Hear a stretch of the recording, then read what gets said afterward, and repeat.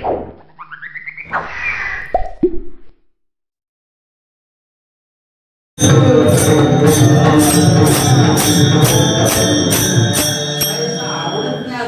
नाही महाराज, बरोबर आहे का नाही? पैसा आवडत नाही असा माणूसच सापडणार नाही आपल्याला, बरोबर आहे. महाराज म्हणतात मला पैसा सुद्धा नको. आपण पैशाच्या मागे पळतो, काय का बरं? आपण पैशाच्या मागे पळतो, पण लक्ष्मी ज्याच्या पायाची दासी झाली त्याला पैशाच्या मागे जायची गरज आहे का? ऐश्वर्य संपन्न समजा भगवान बाबा. आज ती गादी आहे नुसती बाबांची, तर तिथं काही कमी नाही महाराज. भगवान बाबांना लक्षात आलं का? महाराज लक्ष्मी नारायणाजवळच राहील ना. महाराज लोकांकडेच पैसा काय? तिचा नवराच आमच्या ताब्यात नाही कळलं का तुम्हाला? नवरा आमच्याकडे असलं ती जाणार कुठे आहे? विचारा बघा, जातीचं प्रमाणपत्र मिळवायचं असेल तर सरपंचाच्या घरी जावं लागतं, बरोबर आहे की नाही? आज ते मुळवर तर देतील नाही तर म्हणतील नंतर या. थोडंफार कष्ट आहे, जातीचं प्रमाणपत्र मिळवायला कष्ट आहे. पण बायको सरपंच झाल्यावर टेन्शन आहे का? बायकोचा शेजार असल्यावर किती हायवा चालवा माळवत. बायकोचा शेजार असल्यानंतर त्यात काय टेन्शन घ्यायची गरज आहे? तसं महाराज म्हणतात ती लक्ष्मी ज्याची दासी आहे तो आमच्या जवळ आहे, पुन्हा आम्हाला धन नको. बघा, पैसा आवडत नाही असा माणूस नाही, पण आम्हाला धन नको. लक्षात घ्या, नदगी मुक्तीधन संपदा घ्या. महाराज म्हणतात संपदा सुद्धा नको आम्हाला. संपदा सोहळा आवडत नाही. मुलांना आम्हाला कोणता सोहळा आवडतो? संपदा आवडत नाही. संपदा सोहळा न आवडे मला आवडतं काय? लागला कगळा बंडली. म्हणून आम्हाला संपदा सुद्धा नको. नलगे मुक्ती धन संपदा किंवा नलगे मुक्ती आणि संपदा द्यायचा असं तेव्हा मेहरबान असेल तर संत संग देई सदा. मला सदा सदा संतांची संगत घडली पाहिजे, मला हे द्या. लक्ष द्या बरं का, थोडं लक्ष द्या. भगवंत म्हणले तुकोबारा या सर्व गोष्टी जर तुम्हाला मिळवायच्या असतील तर तुम्हाला गर्भवासाचं दुःख सहन करावं लागेल. लक्ष नाही का? मला सांगा, परमार्थ गर्भवासातून सुटण्यासाठी का गर्भवासात येण्यासाठी? बोलत गर्भवासातून सुटण्यासाठी. मग गर्भवासातून सुटण्यासाठी जर परमार्थ आहे तर महाराज म्हणतात तुका म्हणे गर्भवासी सुखी घालावे. हे कसं काय? बरोबर आहे, गर्भवासातून सुटण्यासाठी परमार्थ आहे. आणि महाराज म्हणतात आम्हाला गर्भवासात घाल, पण पुन्हा कसं घाल? सुखाने घाल. असं कसं काय होईल? सुखाने गर्भवास कसा होईल महाराज? आणि सुखाने गर्भवास म्हणजे प्रमाण कोणते धरतील ना? काय सांगू गर्भीची भोगिता. बस महाराज म्हणतात गर्भाच्या यातना का थोड्या आणि गर्भाच्या यातना जर एवढ्या आहेत तर सुखाने गर्भवास कसं काय होईल? महाराज म्हणजे गर्भवासात दुःख आहे. लक्ष द्या, गर्भवासात दुःख आहे, पण कुणाला? ज्ञानी माणसाला नाही, अज्ञानी माणसाला आहे. गर्भवासात दुःख आहे, पण कुणाला? ज्याच्या दुःखात नाम नाही त्याला गर्भवासी. लक्षात ठेवा, महाराज म्हणजे गर्भवासात दुःख आहे, पण कुणाला? ज्याच्या मुखात नाम नाही त्याला. ज्याच्या मुखात नाम आहे महाराज त्याच्यासाठी गर्भवासाचं दुःख नाही. लक्ष नाही बरोबर, गर्भवासी दुःख नाही दादा का? अरे आम्ही आमच्या कामासाठी जन्म घेतलाच नाही. तुका म्हणे आम्हा देवाचा सांगा नाही विसंगत येतो जातो आम्ही देवाच्या सांगा. आम्हाला काय घेणं? गर्भवासाच्या दुःखानं माझ्याकडे लक्ष द्या. गर्भवासाच्या दुःखानं मुनिजन जन्मालाच आले नाही, ते मुक्त झाले. पण महाराज म्हणतात मुनिजन जरी मुक्त झाले पण आम्हा विष्णुदासा सुलभ होतो. आम्हाला सुलभ आहे का? का सुलभ आहे माहितीये का? मला सांगा, ज्यांना हायवा घेतली समजा, चला ज्यांना हायवा घेतली त्याला टेन्शन का? ड्रायव्हरला टेन्शन? बोला बोला बोला. हा, याला महिन्याला मेंटेनन्स लागतो, टेन्शन कुणाला? मालकाला. बरोबर आहे. तर चालला का नाही चालला टेन्शन कुणाला?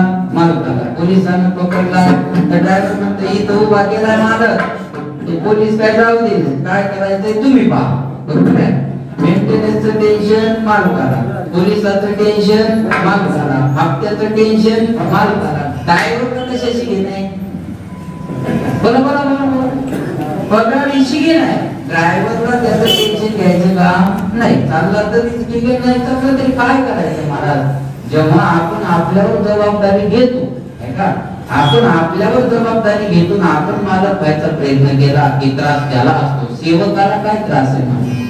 तसं संत महात्मे म्हणतात आम्ही तुझे सेवक तुझ्याच कामासाठी आलोय, तुझ्या कामासाठी आलोय. आपण जर एखाद्याला म्हणतो परळीहून सामान घेऊन जे म्हणतो आणतो, पण जायचं कशानं, आपण म्हणतो ही गाडी ना पेट्रोल, ते म्हणजे पेट्रोल आण, पुन्हा खर्च लक्षात येते का माझं बोलतो. मला आपलं काम आहे ना, आपलं काम असल्याच्या नंतर त्याला टेन्शन नाही मला. जसं हे देवाचं काम करण्यासाठी इथं आलेले असतात ना, संत महात्मे स्वतःच्या कामासाठी नाही, त्याच्या कामासाठी इथं आलेले आहेत. म्हणून आम्हाला गर्भवासात घाल, पण सुखाने घाल. लक्षात नाही का, सुखाने आम्हाला त्या गर्भवासात घाल. बघा अजून एक उदाहरण सांगेन.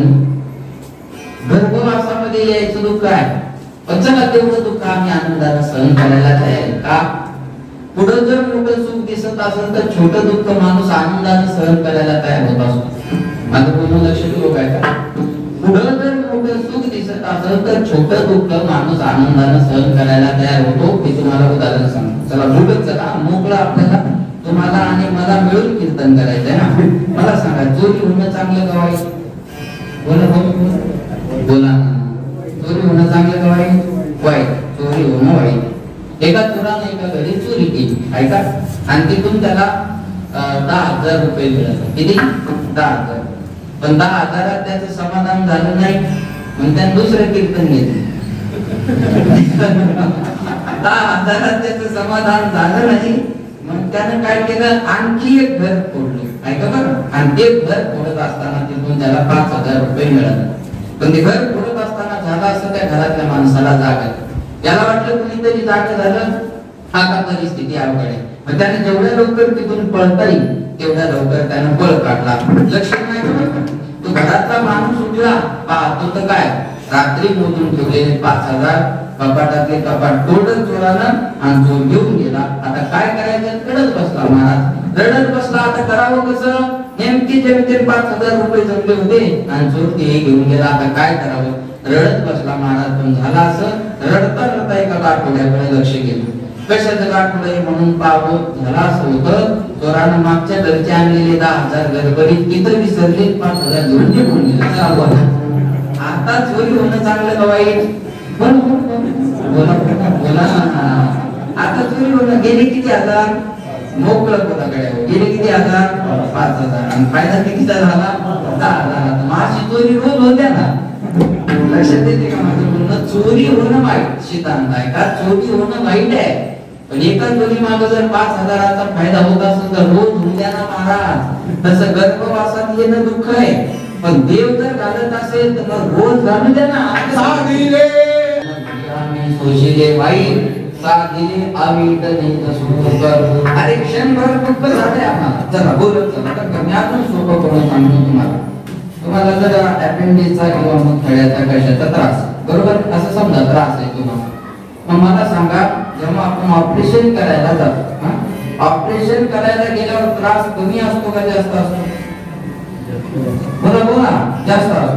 अरे अरे आतला त्रास तर पोट चिरतो ना डॉक्टर. तुम्ही चाकूने पोट चिरतो डॉक्टर, लक्ष नाही का. पण आपण तेव्हा ते तयार होतो का नाही ऑपरेशन साठी. मी जर म्हणलं मला तुमचं पोट कापायचं, तुम्ही कापू द्याल का. डॉक्टर म्हणला तुमचं पोट मला कापायचं, ऑपरेशन करायचं, तुम्ही नाही म्हणाल का. बोला नाही म्हणाल का. नाही. तुमचं पोट कापत मला माहिती आहे डॉक्टर माझं पोट कापणार आहे, तरी तुम्ही आनंदाने त्याच्यात समोर आपला स्वामी हे करता, समर्पित करता. करा डॉक्टर साहेब तुम्हाला काय करायचं, तुम्हाला जे योग्य वाटतं ते करा. मग डॉक्टर म्हणतात तुमचं ऑपरेशन करावं लागेल, पोट कापावं लागेल. आपण म्हणतो काय आहे मग कापा ना. असं काय सहज म्हणतो पोट कापायचं. पण आपल्याला माहिती आहे हा 15-20 मिनिटाचा ऑपरेशनचा त्रास सोसल्याच्या नंतर आयुष्यभर पुन्हा आपल्याला याचा त्रास होणार नाही. कळलं माझं म्हणणं तुम्हाला. म्हणून आपण त्या दुःखाला सामोरं जायला तयार होत असतो. लक्षात ठेवा. तसं महाराज म्हणतात, बरं ऑपरेशन करत असताना डॉक्टर ऑपरेशनचा त्रास झाला का नाही हे कळू देत नाही, भूल देतो ना. भूल देतो ना, म्हणून ते झालं का नाही हे बी कळत नाही. आपण झाल्यानंतर आनंदच आहे. तसं गर्भवासात येत असताना तो ऑपरेशन त्या गर्भवासात भूल देऊन आपल्याला पाठवतो, तुम्हाला त्याचा त्रासच होणार नाही. मग का म्हणून गर्भवासी पुढा सुखी राहावे पुढा छोटे दुःख माणूस लक्ष द्या. पुढं जर मोठं सुख दिसत असेल, बोलत चला, पुढं जर मोठं सुख दिसत असेल तर छोटं दुःख माणूस आनंदाने सहन करायला बोला बोला तयार असतो. मला सांगा, ही राख आता एवढी डोळ्यात जाते, ही आनंद आहे का दुःख आहे? बोला ना, बोला बोला बोला. एवढ्या डोळीत रात्र दिवस राहायचं सोपं आहे का? बोला ना, मग का सहन करता? एक भैवा 7,000 दे ना, म्हणून सहन करता. काल परवा मी त्या चौकात इतके कॉर्नरला इस्त्रीला कपडे टाकले आमचे, आणि इस्त्रीवाल्याला ते आमचे देवकर महाराज म्हणले, तुम्हाला डोळीचा राखाचा त्रास होत नाही का? ते कोणी महाराज राख हे पूर्ण कपडे टाच करतात. राख परिस्थिती आहे, कपडे इस्त्री कशा केली असते आणि त्यांच्यावरच माझं चालतंय, म्हणून मला त्याचं काही टेन्शन नाही. लक्षात येते का माझं बोलणं? मी धुळीत राहायला तयार आहे, पण माझा धंदा चालला पाहिजे. लक्षात येतं का? त्याच्यावर माझं पोट आहे. तसं महाराज म्हणतात, पुढं मोठं सुख आहे ना, आणि छोटं दुःख मी आनंदानं सहन करायला तयार आहे. तुका म्हणे गर्भवासी सुखे गावे आम्हासी गुण गाईना आपली, येथे माझी सर्व थोडी असा अभंगाचा सरळ अर्थ आहे. भगवान मंडळी परमात्म्याकडे मागणी करतात. मागायचा अधिकार कोणाला मिळतो? समर्पण करणाऱ्याला मागायचा अधिकार मिळतो. समर्पणाशिवाय मागायचा अधिकार नाही. लक्ष देऊ नका. मग कशाचं समर्पण करावं लागतं देवाकडे? वस्तू समर्पण, तत्व समर्पण, क्रिया समर्पण. पत्रम पुष्पम फलम तोयम योगी भक्त्या प्रयश्यति तदहं भक्ती प्रवृत्त असनामी प्रयतात म्हणा. आम्ही पत्र पुष्प फल तोय जे काय असेल आम्ही भगवंताला समर्पण करतो. बरोबर? कृष्णार्पण म्हणतात ना लोक. कृष्णार्पण म्हणजे देवाला समर्पण करणे. चांगलं काम केलं तरी कृष्णार्पण, आणि आपल्या हातून एखादं वाईट जरी झालं तरी कृष्णार्पण. पण आपण चांगलं केलं की आपल्यावर घेतो, आणि वाईट झालं की देवावर सोडून देतो. काय देवाला कळना, 1.5 वर्ष झाले लोकांच्या तोंडाला मुचके लावले देवाला. बरोबर आहे? काय देवाला काही कळत नाही. आपण किती त्याचा अत्याचार त्याच्यामध्ये दंग झालो महाराज, त्याच्या विसरामध्ये आपण आपलं आयुष्य घालवायला लागतो 30, 40, 50 वर्षाचं, तेव्हा आपल्याला देवाची आठवण आली नाही. समर्पणाशिवाय मागण्याचा अधिकार मिळत नाही. महाराज म्हणतात, जे जे काही करी तो देवा, ते सेवा समर्थ. आम्ही जीवनामध्ये जे कर्म करतोय ना ते तुला अर्पण आहे. समर्पणाशिवाय मागण्याचा अधिकार मिळत नाही. बोलत चला, ज्यानं महिनाभर काम केलं त्याला महिन्याची पगार मागण्याचा काय आहे? अधिकार. ज्याने दिवसभर शेतात काम केलं त्याला दिवसाचा रोजगार मागण्याचा काय आहे? अधिकार आहे. मतदानाच्या अगोदरच्या दिवशी उमेदवाराला पैसे मागणं मतदाराचा काय आहे?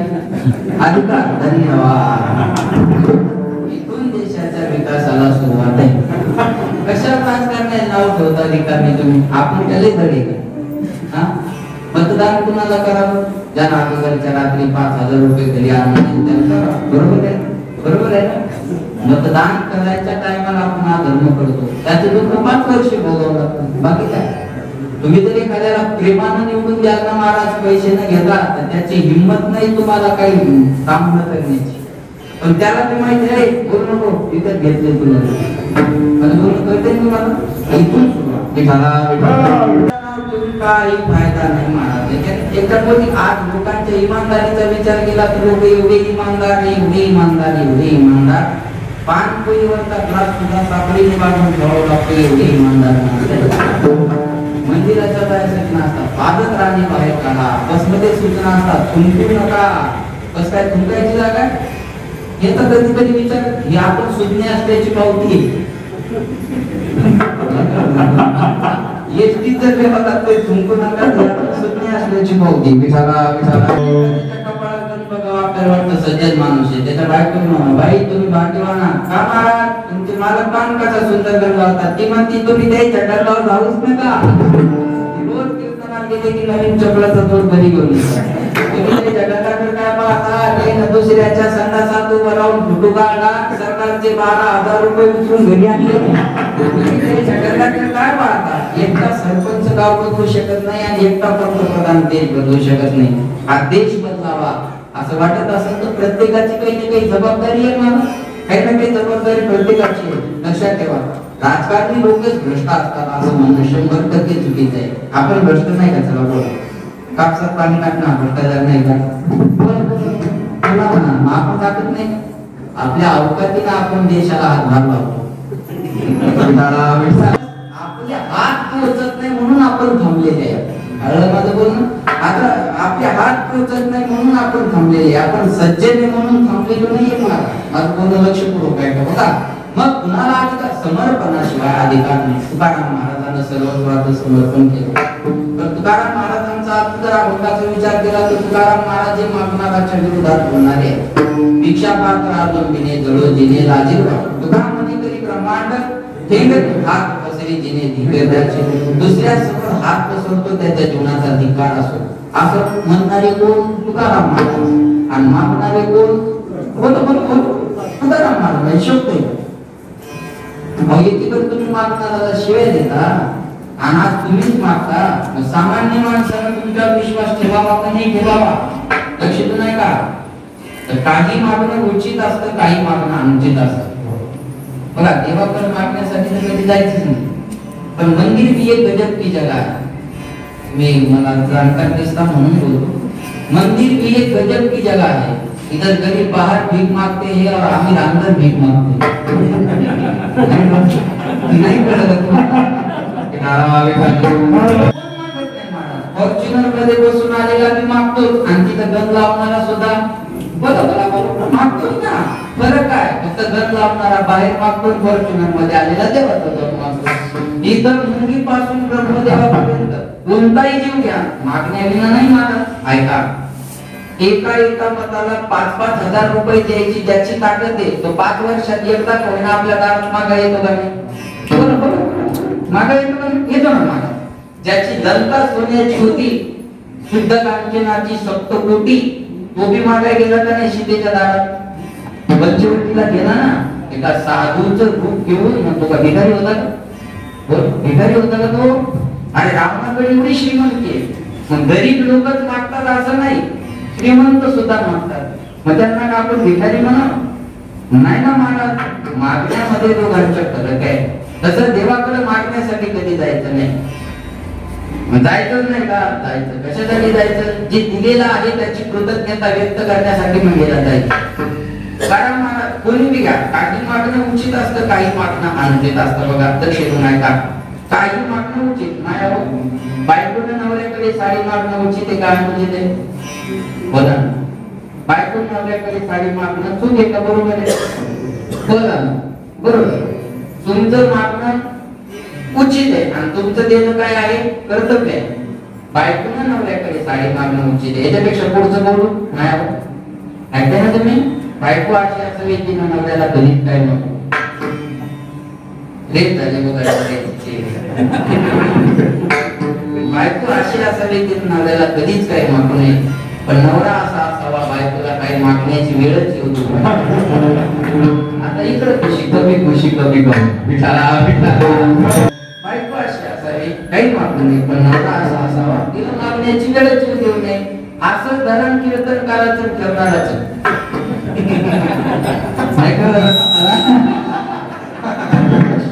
महाराजांनी ठरवू नये, पण यांनी अपेक्षेपेक्षा जास्त दिलं तर ठरवायची गरज नाही. आपल्या संसारात असं एक नाही. संसारात वर्षभर मजा असते. नवीन लग्न झालं की मजा.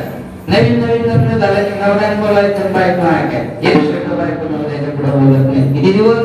वर्षभर. वर्षात एखादा मुलगा मुलगी झालं की पॅटर्न बदलतं. बायकोन बोलायचं, नवऱ्यानं ऐकायचं. आणि एखादं झालं की दोघांना बोलायचं, हिंद पॉडी नाही ऐकायचं. संसाराचं स्वरूपच तसं आहे महाराज. जे प्रेम सुरुवातीला ऐकते नंतर राहत नाही. नवीन लग्न झालं ना की नवरदेव नवरी रस्त्याने जरी चालले ना हातात हात धरून चालतात. किती दिवस? वर्ष 2 वर्ष. आणि 2-3 वर्ष झाले की तो 50 फूट पुढे 50 फूट मागे. ती म्हणजे आव वयवा तो म्हणतो बोल नको जा. हे बघा असं होतं बघा. कधी कधी काही प्रेम टिकतं. आता आपल्यासारखे जुनं जोडतो बाजारात पण चाललं हाताला धरून चालले. आणि एक मित्र आला त्याला आश्चर्य वाटलं. हा एवढे वर्ष झाले म्हणजे लग्नात पण अजून बघायचं काय प्रेम असलं पाहिजे. हा पण एवढे वर्ष तुमच्या लग्नात झाले पण अजून पण तुम्ही दोघं बाजारातून हातात हात धरूनच फिरता. काय प्रेम असावं तुमचं? ते म्हण प्रेम काय नाही. हात सोडला की दुकानात घुसती म्हणून घेऊन तू समजतो असं काही नाही. स्वरूपच तसं आहे महाराज. लक्षात ठेवा. काय नाही लक्षात येते. बायकोनं नवऱ्याकडे साडी मागणं उचित आहे. माझं बरोबर इथून बाजूला बायकोनं नवऱ्याकडे साडी मागणं बोला बोला बोला उचित आहे, पण पेरणीच्या टायमाला नेकलेस मागणं नाही गवायला पोटा नाही पाहिजे. पेरणीच्या टायमाला नेकलेस असतो का? पेरणीच्या टायमाला केलेले दागिने सोनाराकडे गहाण लागतात आणि खता बियाची व्यवस्था करावी लागते, बरोबर आहे ना महाराज? मग पेरणीच्या टायमाला ती गोष्ट मागणं अनुचित आहे. काही मागणं उचित असतं आणि काही मागणं अनुचित असतं. मग देवाकडे गेल्यानंतर मागायला परवानगी आहे, पण काय मागायला परवानगी आहे? उचित ते करा, जाणून करा. महाराज म्हणतात मला कळत नाही काय मागायचं, पण तुला कळतंय ना देवा, मग तुला वाटतं ते तू कर, पण योग्य कर. तुला हेच मागतो दातारा, हेची तुझं हेची एक तुम्हा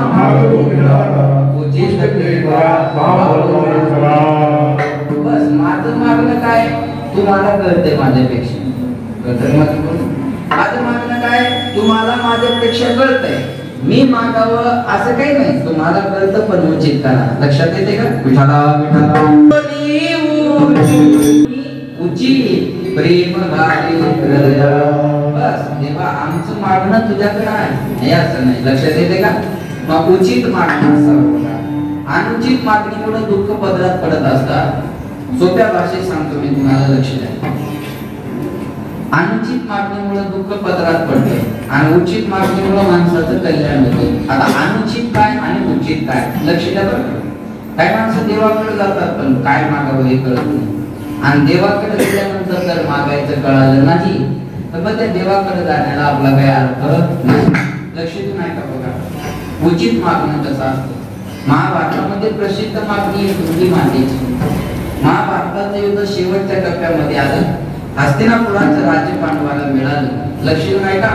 आणि हस्तिनापुराचं राज्य मिळाल्याच्या नंतर भगवंत द्वारकेला जाण्यासाठी निघाले.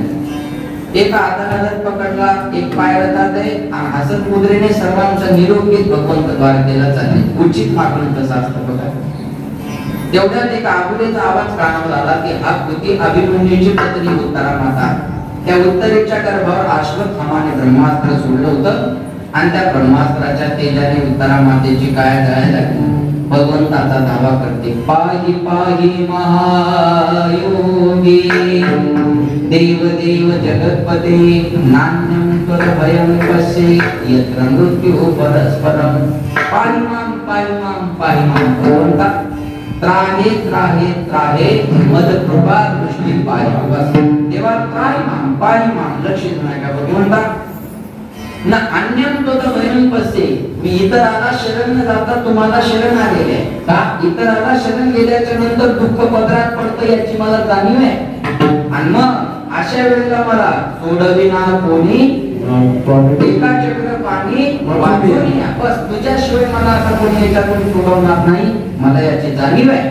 म्हणून ना अन्यं त्वदभयं पश्ये, मी इतराला शरण न जाता तुला शरण आलेले आहे देवा.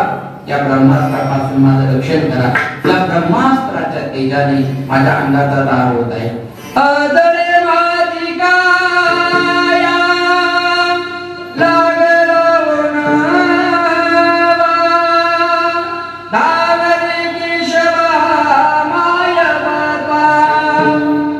बाबा पांडुरंगा पुण्यनाथा त्या ब्रह्मास्त्रापासून तुम्ही माझं रक्षण करा. ऐका भगवंतानं पाहिलं ही हा उत्तरेची आहे. रथातून खाली उडी मारली, उत्तरेच्या गर्भात प्रवेश केला आणि त्या बाळाला वाचवलं. आणि भगवंत पुन्हा रथात बसले, द्वारकेला निघाले. तेव्हा कुंती माता धावत आहे, देवा कृष्णाय वासुदेवाय देवकी नंदनाय च नंदगोप कुमाराय गोविंदाय नमो नमः. भगवंताला नमस्कार केला.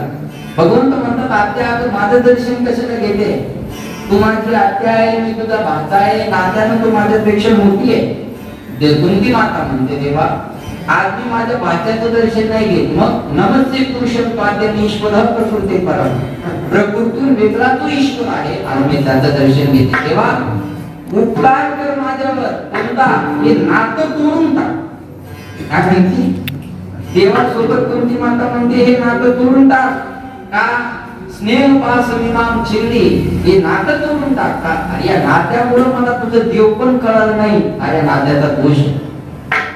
कधी कधी बघा अधिकारी जरी माणूस असला आणि जवळीक झाली की त्याचा अधिकार माणसाला कळत नाही. माझं पूर्ण अति परिचयात आवडण्या म्हणतात तरी कधी कधी असं होत असतं बघा. लक्षात ठेवा, माणसाला नोबेल पुरस्कार मिळू द्या, बायकोनं मान्य करावा. याच्यापेक्षा मोठा पुरस्कार जीवनात कोणताच नाही मला. तर बायकोला काय, तुम्ही किती बी मोठ्या विषयात ठेवा, घराच्या बाहेर पडताना अशा फिरायचं, घरी येताना असं फिरायचं, शेती दाखवूनच घरी यायचं. घरातील मध्ये का किती सुंदर पकवाद वाजवला, घरी गेला बायकोला आज असा पकवाद वाजवला, तिने एवढंच करायचं. आवाज ती माणसं काहीच बोलण्याची इच्छा शिल्लक राहत नाही, बिना औषधाचा रोग बरा होतो. नात्यात काय करणार आहे मला, हे आम्ही 1000 माणसाला सांगून जाऊन घरी गेला बायको म्हणून तुम्हाला तर कळतच नाही. हा लोक उगीच बोलवायचे का विठाला कौतुक नाही मला. आणि ज्याची त्याची बायको ज्याला ज्या भाषेत कळत त्या भाषेत समजून सांगा. शिक्षकाची बायको म्हणते मला शिकू नका, पकवाजाची बायको म्हणते थापा मारू नका, वर्गाची बायको म्हणते तुम्हा केसां गळा कापला, महाराजाची काय म्हणते ना सांगितलेलं बरं बऱ्याला काय कौतुक आहे का महाराज? अजिबात नाही बघा. एकान बारीक कटिंग केली श्रीमंत महाराज आणि बायको कौतुक आहे म्हणजे काय आज कटिंग बारीक केल्यामुळे मी जरा तरुणच दिसायला नाही का. बायको म्हणे चप्पी करून यायची ना, मग बाळा त्यातले दिसला काय कौतुक आहे महाराज, तिला काय कौतुक आहे का? नात्यामध्ये कधीतरी अधिकार कळत नसतो. कुंती माता म्हणते नको मला नातं देवा, बस आज आपल्यात एकच नातं, तू देव आहे आणि मी जीव आहे, एवढंच नातं आपल्यामध्ये आहे. देवा भगवंत आम्हाला सोडून पुढे चालतात, लक्ष द्या, देवा आम्हाला सोडून पुढे चालतात. भगवंत म्हणले आता हस्तिनापुराचं राज्य मिळवून दिलं, माझं काम संपलं, आता मला द्वारकेमध्ये जावं लागेल. तेव्हा कुंती माता म्हणते देवा एवढ्या दिवस आमच्यावर संकट होते, आमच्या बरोबर राहिला आणि आता शिकून हस्तिनापुराचं राज्य मिळालं तर आम्हाला सोडून चाललं ना ना. आम्ही छोटे मंचा जाते हो छोड़ कर कान्हा कैसे जिएंगे हम, बेदर्द बन गए कान्हा कैसे जिएंगे हम, सोता बना के आपको पिंजरा बनेंगे हम, पिंजरे में बंद करके कान्हा बोली सुनेंगे हम, जाते हो छोड़ कर कान्हा कैसे जिएंगे हम, बेदर्द बन गए कान्हा कैसे जिएंगे हम. देवा अब तुम्ही सोडून गेल्याच्या नंतर आम्ही पिंजऱ्याचं काय करावं? देवा आम्हाला सोडून जाऊ नका. किती संकटातून आमचं लक्ष केलं ऐका. विशाल महाग्नी पुरुषाद दर्शनात सत्सवायां वनवास पृच्छद, हृदय हृदय एक महारथासो द्रोणस्य विश्वस्य हरे विरक्षिता. लक्षात ठेवा, अरे भीमाला विषयाचे लाडू खाऊ घातले, त्याच्यातून तो भीमाला वाचवले. लक्ष भवनाच्या आधी जळत असताना त्याच्यातून तो आम्हाला वाचवले. रात्रीच्या टायमाला दुर्वास ऋषी येतात, एक नदीचं पान खाऊन तू त्यांना तृप्त केलं, तेव्हा आमची इज्जत राखली. भर सभेमध्ये द्रौपदीची लाज तेव्हा तू राखली. आणि एवढंच नाही, माझे पोरं 5 होते, विरोधक 100 होते, ऐका बरं, पण त्या 100 एक सुद्धा वाचला नाही आणि माझ्या 5 पोराच्या केसाला सुद्धा धक्का लागला नाही. देवा एवढ्या मोठ्या, अरे द्रोणस्य भीष्मस्य हरे विरक्षिता, अरे ज्यांच्या पोटाला धरून माझे पोरं चालायला शिकले तेच माझ्या पोरांच्या विरोधात होते. द्रोणाचार्य भीष्माचार्य सारखे रथी महारथी माझ्या पोरांच्या विरोधात होते, पण देवा त्यांच्यात एक सुद्धा वाचला नाही आणि माझ्या पोरांच्या केसाला सुद्धा धक्का लागला नाही. अरे एवढंच नाही, आता जर उत्तरेच्या गर्भातलं बाळ तू वाचवलं नसतं तर आमच्या वंशाला दिवा लावणारा सुद्धा राहिला नसता. एवढ्या मोठ्या संकटातून रक्षण करून आज आम्हाला हे राज्य मिळवून दिलं. आता शिकून आजचे दिन आगे, आता शिकून आजचे दिनाचे नाही, टायमावर काय भेटायला पाहिजे तेवढी झोप मिळाली, मग याच्यापेक्षा सुख कोणतं पाहिजे माणसाला? बोला, हेच आजचे दिन आहे. विठाला विठ्ठल झाले तर आम्हाला सोडून चालला. लक्ष देऊन ऐका, भगवंत आता एवढी विनंती केल्यावर भगवंत पुन्हा 6 महिने हस्तिनापुरात राहतात आणि मग कुंती माता देवाकडे म्हणते देवा आज मी तुमच्याकडे एक मागणार आहे. त्यांना म्हणा भगवंत म्हणतात आता तू मागावं मी न द्यावं, असं कधी झालंय? कुंती माता म्हणते देवा मला वचन द्या, जो मी मागूंगी आपको देना पडेगा. भगवंत म्हणतात आत्या माझ्यावर भरोसा नाही का? आता माझ्यावर विश्वास नाही का? भरोसा की बात नहीं है कहना, लेकिन मुझे वचन दो, जो मैं मांगूंगी आपको देना पड़ेगा. कुंती मातेला देवाने वचन दिलं आणि कुंती मातेने काय मागितलं बघा. कुंती माता म्हणते देवा मला जीवनामध्ये जर द्यायचं असेल ना तर फक्त संकट संकट आणि संकटच दे. संकट सोडून मला काही नको. विपद संतुना शाश्वत जगद्गुरु भवतो दर्शनम यशात पुनर्भवत दर्शनम. विपद म्हणजे संकट. मला फक्त संकट दे. संकट सोडून माझ्या जीवनात काहीच देऊ नको. भगवंत म्हणजे आज्ञा. लहानपणापासून संकट जीवनात आहे. आता शिकून हस्तिनापुराचं राज्य मिळत नाही आणि पुन्हा संकटच मागते. कुंती माता म्हणते देवा बरोबर आहे, संकट दे. का? तेव्हा कुंती मातेने दिलेलं उत्तर पासून द्या. कुंती माता म्हणते देवा लहानपणापासून संकट होते म्हणूनच तू माझ्या घरी राहिला होतास. आताची कुठे संकट दूर झाले तर मला सोडून चालला. आगी लागो दया सुखा देणे हरी नाही तुका. काय करायचं मला त्या हस्तिनापुराच्या राज्याला?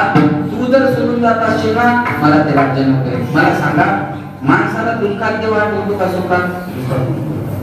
आता पिक मान टाकायला लागले की सारखं देवाचं चिंतन चालू. बरोबर आहे ना महाराज? दुःख में सुमिरन सब करे, सुख में करे ना को. पहिल्या लॉकडाऊनला लोकांनी जेवढी भक्ती केली तेव्हा तेवढी कधीच केली. दुःख में सुमिरन सब करे, सुख में करे ना कोई. अरे जो सुख में सुमिरन करे तो दुःख का हे तो होय. महाराज म्हणतात सुखात जर देवाची आठवण काढली तर दुःख होण्याचं काय कारण आहे? लक्षात ठेवा. मला दुःख दे, मला दुःख सोडून दुसरं काही नको. आपण देवाकडे गेल्यावर दुःख मागतो का? बोला बोला बोला ना. दुःख मागतो का? आपण लेकरात मंदिरात गेलं तर त्याचे मान दाबतो. मान सुखाचं द्याव. जोपर्यंत सुखाचं ठेव म्हणत नाही तोपर्यंत आपण त्याचे मान सोडत नाही. मग लागी दुःख व्हावे ऐसे कोणी भावे ना जीवे. आम्हाला सुखाची अपेक्षा आहे आणि तू आमच्या जवळ जर नसशील तर आम्हाला काय करायचं त्या हस्तिनापुराच्या राज्याला? तू एकदा सोडून गेल्यावर आम्ही पुन्हा तुला कुठे शोधणार? म्हणतात ना तेरा पता नहीं लगता, तेरा पता नहीं लगता, भगवान कहाँ मिलता है, भगवान कहाँ मिलता है, भगवान कहाँ मिलता है. कहीं गाँव ढूंढे, कहीं शहर ढूंढे, कहीं गाँव ढूंढे, कहीं शहर ढूंढे, तू रहता कहाँ, तेरा ठिकाना कहाँ, तेरा पता नहीं लगता, भगवान कहाँ मिलता है, भगवान कहाँ मिलता है, भगवान भगवानगढ़ में मिलता है. कुठं भेटत देव, कसा भेटत सांग. कोणे गावी आहे पांडुरंग कुठे भेटल, कोणी गावी आहे सांगा. विठ्ठल तुम्हाला जर माहित असेल तर मला सांगा. मी तुमच्या पायावर लोटांगण घालतोय. आलो लोटांगणी. लक्षात ठेवा बरं का. मग सांगा एक तर देव गेल्याच्या नंतर भेटल का पुन्हा? कसा भेटल सांगताय महाराज. म्हणून देवा तू आम्हाला सोडून जाऊ नको. बघा आणि कोणती मातेनं दुःख मागितलं का सुख मागितलं? बोला बोला बोला बोला ना बोला ना. कोणती मातेनं दुःख मागितलं का सुख? दुःख. आपल्या म्हणण्यानुसार कोणती मातेनं दुःख मागितलं, पण साधू संतांच्या शास्त्राच्या नुसार कोणती मातेनं सुख मागितलं. का? रूपाय सांगा माझ्या पांडुरंगा. सर्व सुखाचे आगर बाबा, सर्व सुखाचे आगर मने न राहिली, सर्व सुखाचे आगर जनी मने गंगाखेडच्या धनाबाईने सांगितलं सुख पाहिजे असेल तर तुम्हाला कोण आहे? पांडुरंग आहे. लक्षात. दुःख कशाला म्हणतात आहे? देव सोडून जे काय सगळं आहे ते सगळं दुःख रूप आहे. ब्रह्म सत्यम जगत मिथ्या आहे. देव सोडून जे सर्व काही दिसतं ते दुःख रूपच आहे. दुःख देणारच आहे महाराज. लक्षात ठेवा. मग उचित मागणं काय आणि अनुचित मागणं काय? एका वाक्यात सांग. देवाकडे जाऊन देव सोडून सर्व काही मागणं म्हणजे अनुचित मागणं आणि देवाकडे जाऊन देवालाच मागणं म्हणजे उचित मागणं. म्हणून महाराज याला म्हणतात उचित मागणं. मागावं देवाकडे पण महाराज म्हणतात हे बघ माणसात बसले तर देवाबद्दल बोला. लक्षात येते का? सुंदर आहे. माणसात बसले तर देवाबद्दल बोला आणि देवाकडे गेले तर देवालाच बोला. लय सोपं आहे महाराज. जनात आलं महाराज तुकाराम महाराज म्हणतात साधू संत मनात मी जनात जर गेलो तर त्याच्याबद्दल बोलतो आणि त्याच्याकडे गेलं की त्याला बोलतो.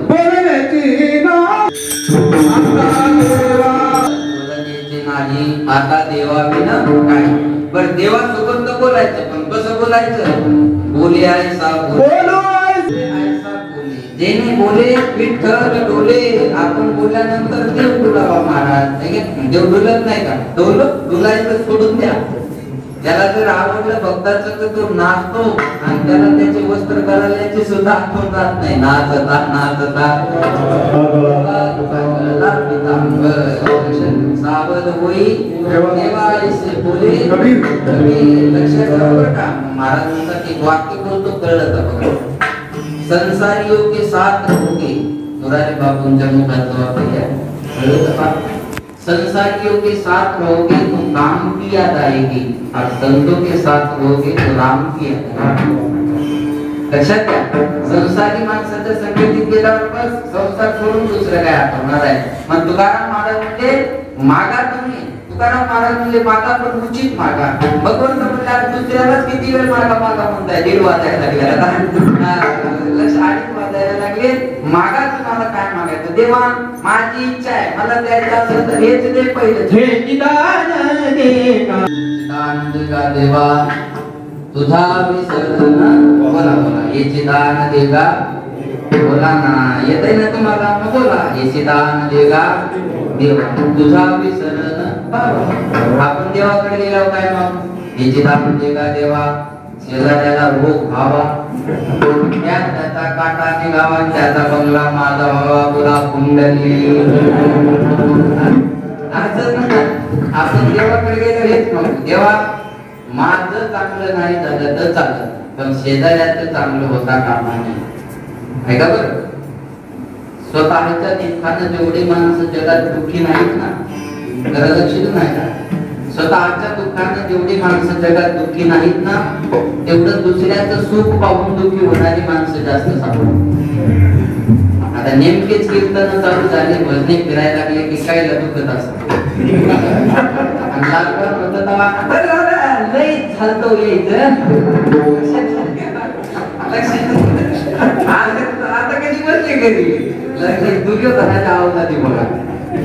दुसऱ्याच्या दुःखात सुख पाहणं हे दुर्योधनाचे विचार आहे. ज्याचे निवर्तीला चित्ते. दुसऱ्या लक्षात नाही का बरं? दुसऱ्याला दुःख झाल्याच्या नंतर ज्याच्या चित्ताला समाधान मिळतं तो दुर्योधनाच्या पाठीला.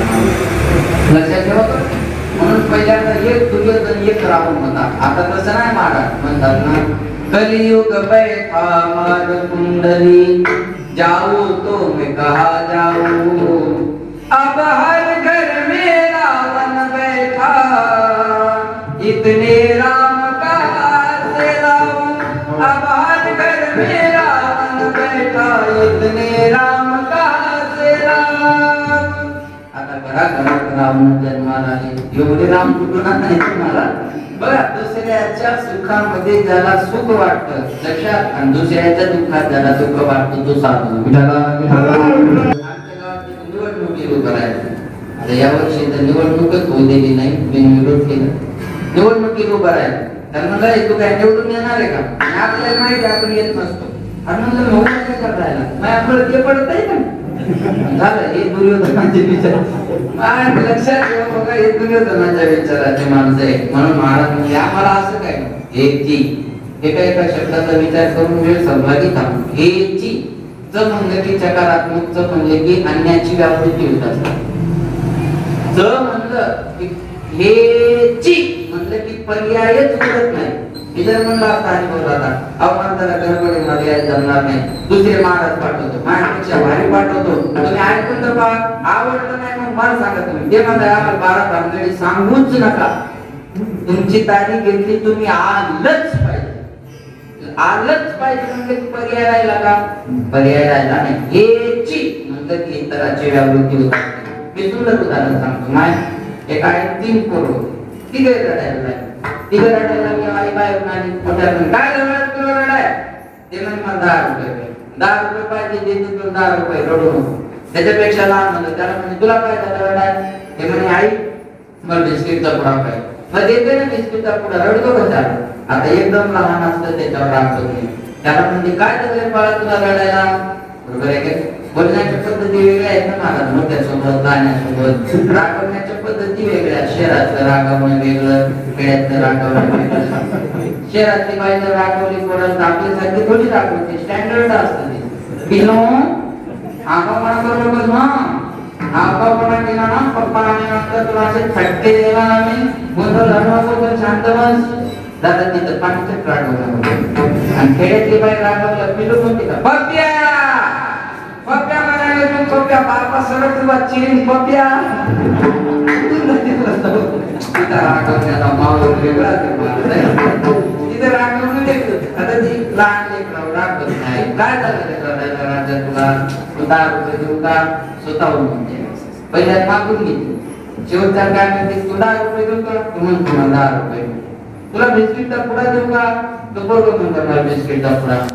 तुला खेळायला देऊ का? पोरगं म्हणतो मला खेळायला नको. मग तुला खाऊ देऊ का?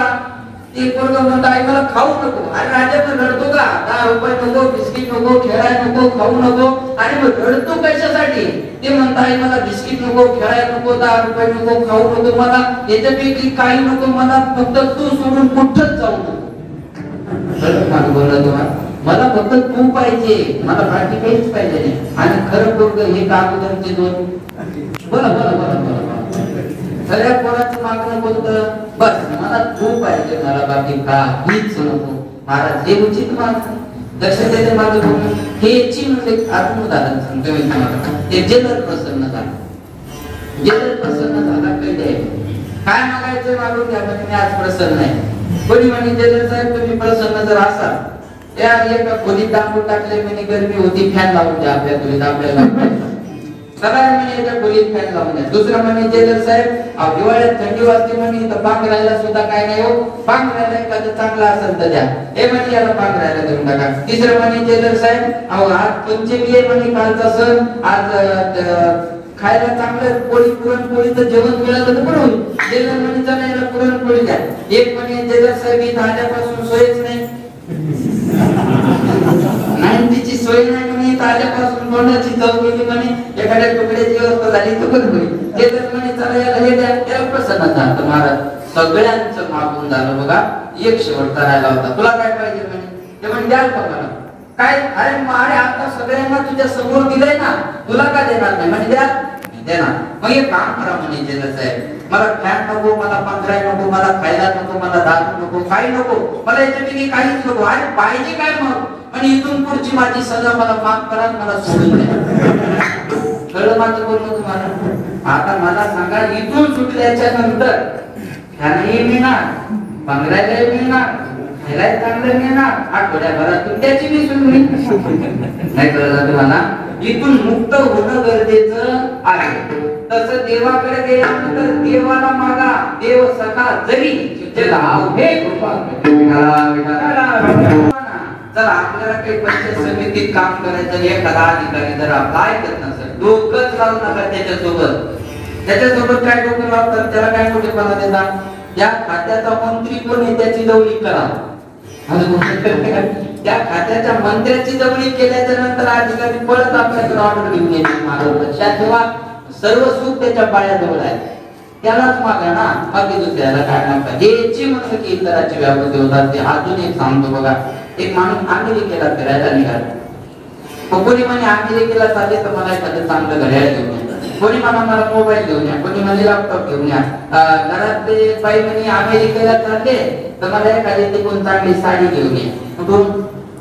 बरं बरं बरं अमेरिकेतून. काय घेऊन या साडी घेऊन या कुठून बोला का कुठून अमेरिकेत काय घेऊन या साडी अमेरिकेत साडी असं का तिथं बरपोडा घालून पाया फिरतात साडी देऊ का साडी काय विचारेल मला साडी घेऊन या म्हणे आता घरात बायकोला पण कागद तुला काय ती काही बोलली नाही कागदावर काहीतरी गेलं आणि टाकत देऊन टाकला त्याने विचार घातला अमेरिकेला तिला काय लॅपटॉप मोबाईल घड्याळ वगैरे घेतलं आणि आठवण आली बायकोने काहीतरी सांगितलं खिशात हात घातला हा तो कागद निघाला त्याला वाटतं बायकोने काहीतरी येऊन दिला असं त्या बाईने त्याच्यावर काही लिहिलं नव्हतं एक लिहिलं होतं एक उजळणीतला एक लिहिलं तर त्याला एकाचा अर्थ कळणं कळपायच्या मस्तकातील काय असा काही एखाद्या वस्तूचं नाव लिहून द्यायचं काय नाही एक समजावून काय द्याव काहीच नाही मला खिशात कागद घातला घरी आल्यावर लॅपटॉप मोबाईल घड्याळ ठेवून टाकून बायको लावून दिलं काका म्हणजे मी आम्ही देखील चाललो तेव्हा तुला काय आणायचं दोन झालं म्हणजे हो मी सांगितलं तुला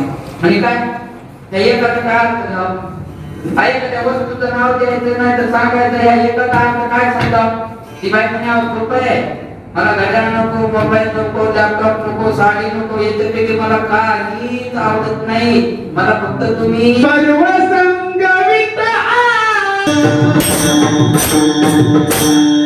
घड्याळ आवडत नाही मोबाईल आवडत नाही लॅपटॉप आवडत नाही साडी आवडत नाही याच्यापैकी मला काहीच आवडत नाही मला फक्त तुम्ही एकटे आवडता मला फक्त तुम्ही बोला एकटेच आवडता आणि जसं अमेरिकेत एकटे गेले तसं माघारी सुद्धा एकट्यानंच यावं एखादं शिंदरू आणू नये बस हेच मागणार सर्व संगी विटाला तू एकला आवडतोस बस पाचर खोक्यावानी प्रमाणे महाराज हालचाल काम नाही अतिशय सुंदर सर्व संगी विटाला तू एकला आवडतोस बस तू सोडून काहीच नको म्हणजे चिदान देगा देवा तुला विसर मला तुझा विसर पडला नाही पाहिजे हे जाणून तू दे विसरल्यानंतर काय होतं विसरल्यानंतर काय होतं तर विसरली तया आणि मध्ये फिरावं लागल म्हणून मला तुझा विसर पडू देऊ नको आणि हे जर दिलंस तर गुण गाय ना मी तुझ्या आवडीने गुणाचे गुणान वाढतोय बघा नरदे हात आल्याच्या नंतर मी तर म्हणतो नरदे हात आल्याच्या नंतर नाही नरदे हस त्याचं गुणगान करण्यासाठी दिलेलं